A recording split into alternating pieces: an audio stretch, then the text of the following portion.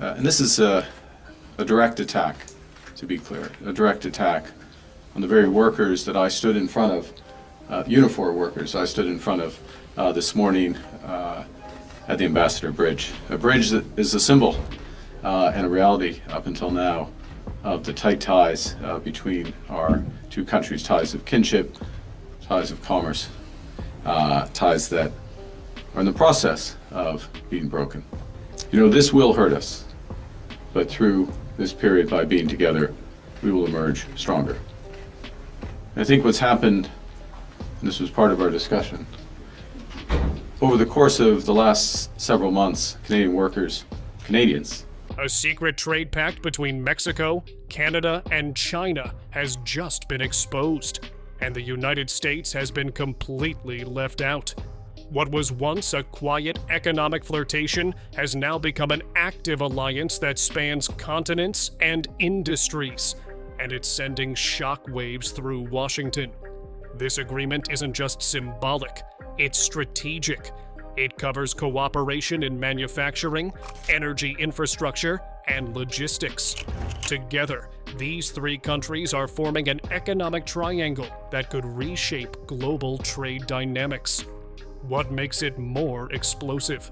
The fact that America, once at the center of this circle, is now standing on the outside.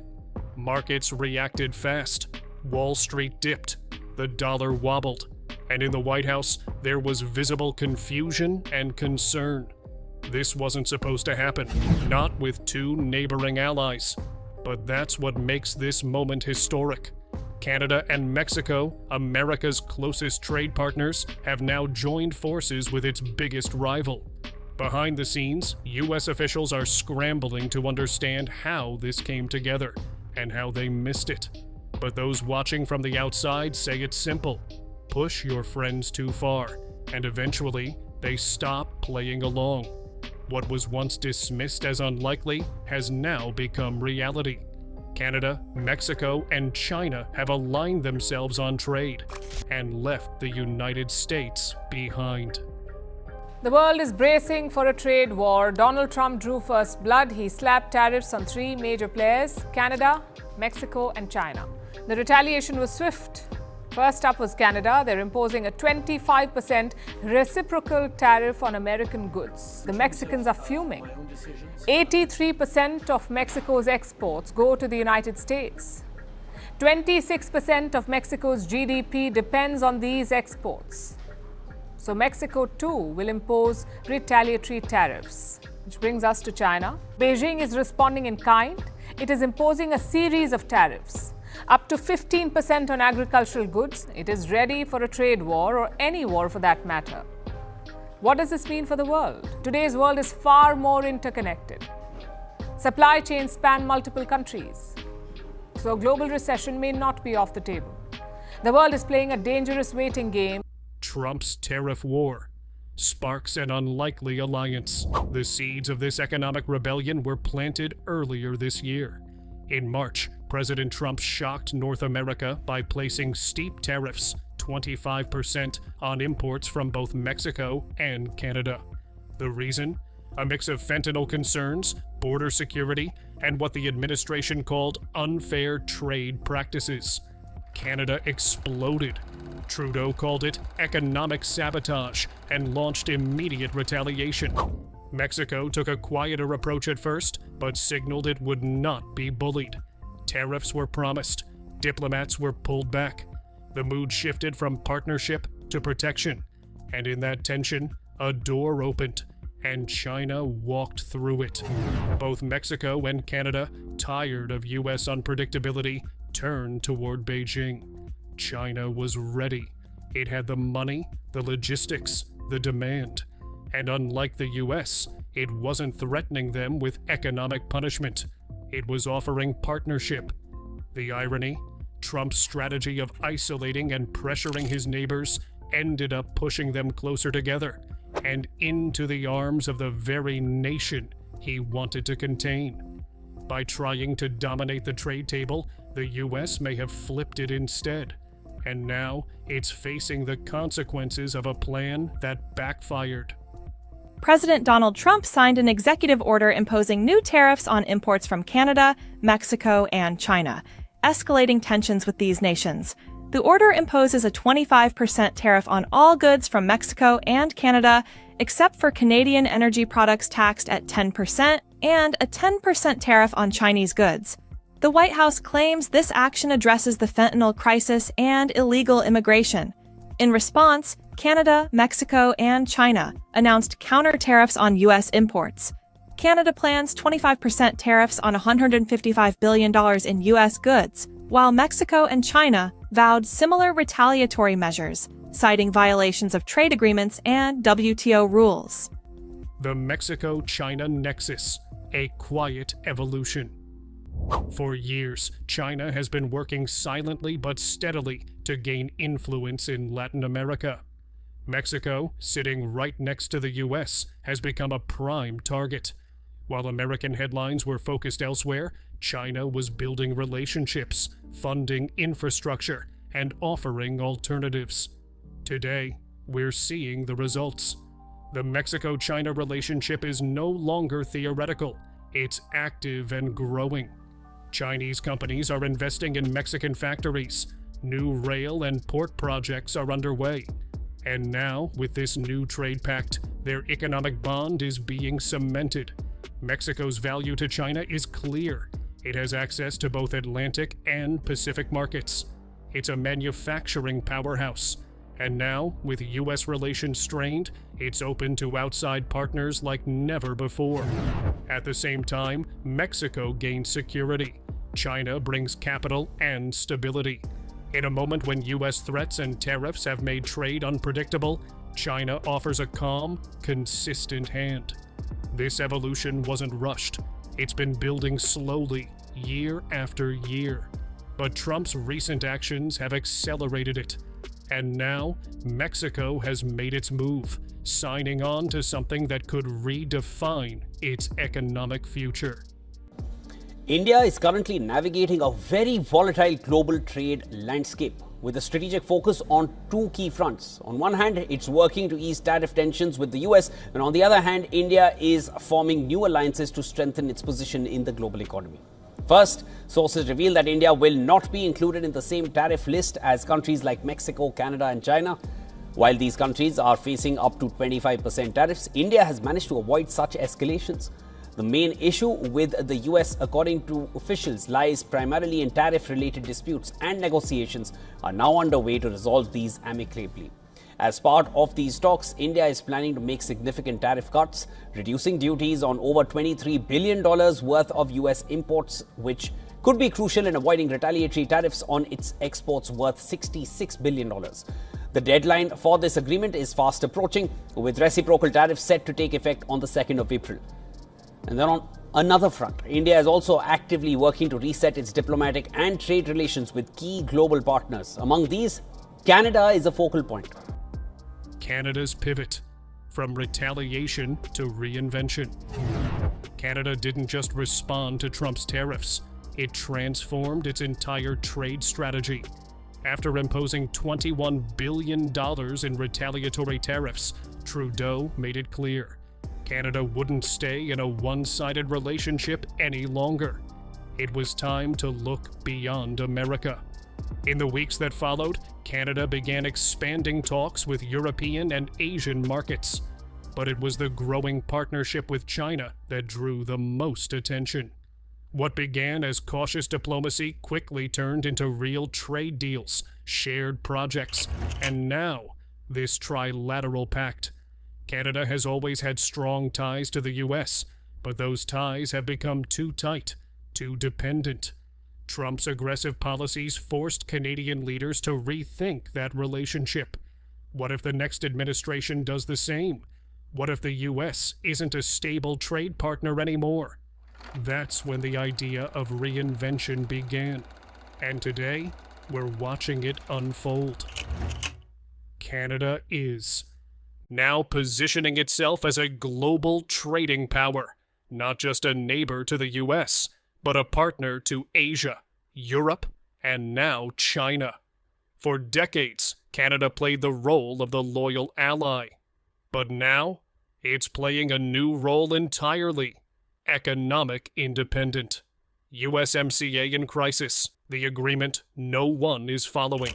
At one point, the USMCA was supposed to be the future of North American trade. It replaced NAFTA with big promises: fairer rules, stronger labor protections, and tighter supply chains. But now, the whole agreement is falling apart right in front of us. The numbers speak volumes.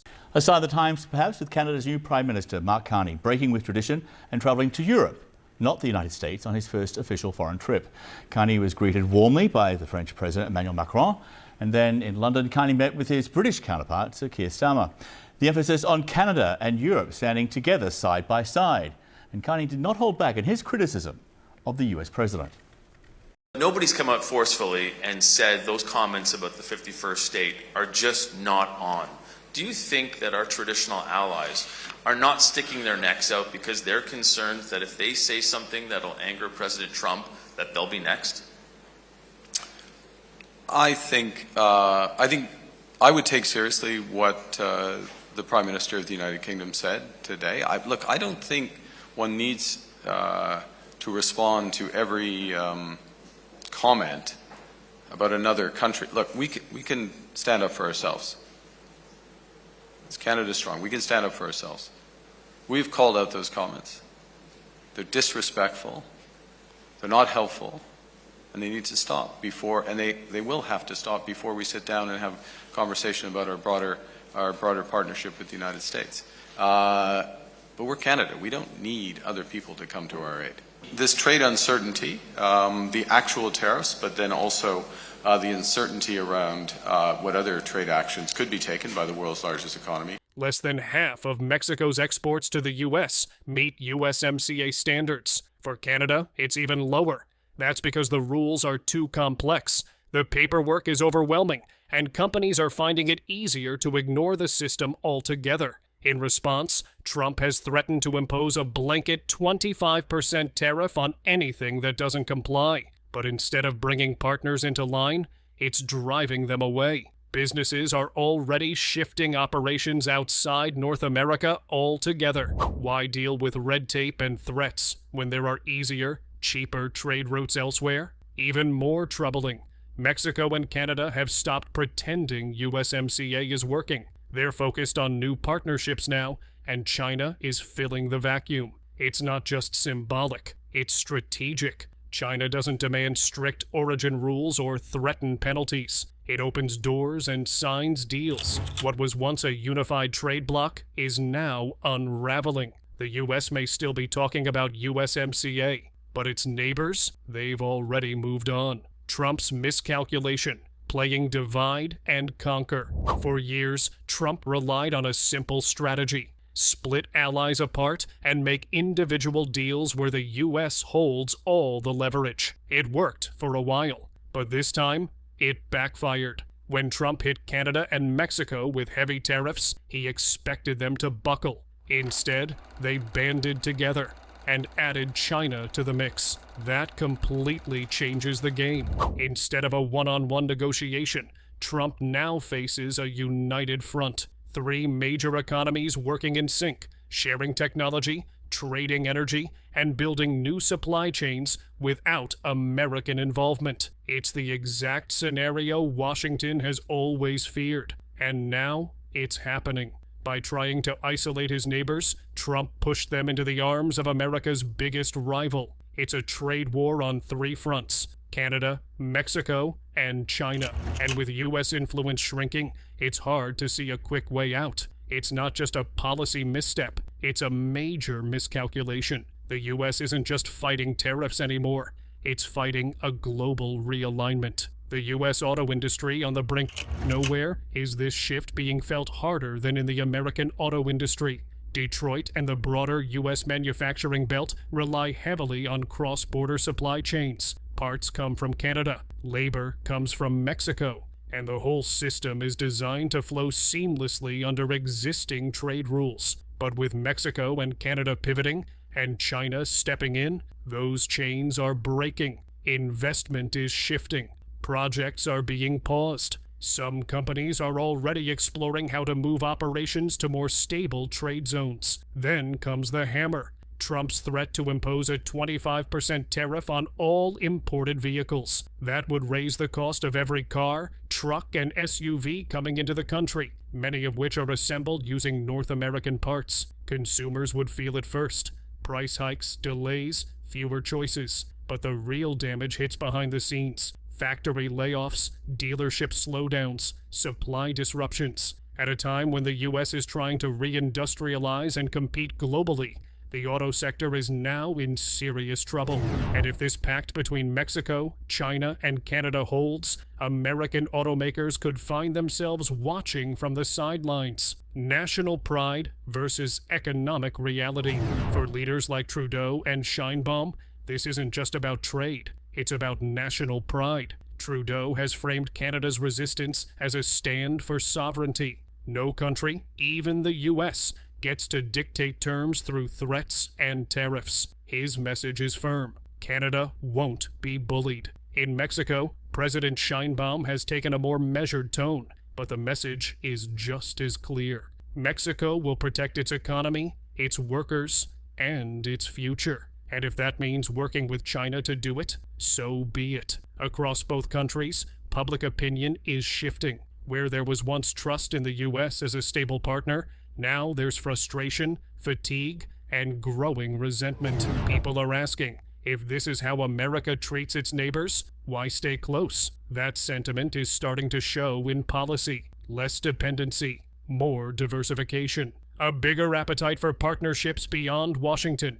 It's not anti-Americanism, it's self-preservation. Leaders are realizing that national pride can't survive without economic stability. And right now, that stability isn't coming from the U.S. What's next? Global fallout or last-minute deal?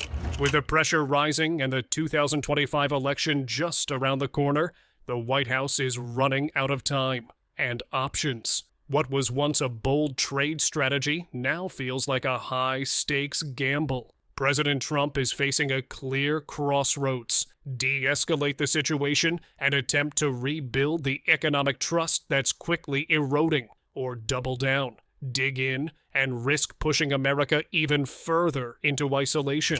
Inside the administration, the debate is intense. Some advisors are urging caution. They're calling for a rollback of the most aggressive tariffs, a reopening of channels with Canada and Mexico, and perhaps even quiet diplomacy with Beijing. They argue that America needs to stabilize before it fractures more relationships and loses more market share.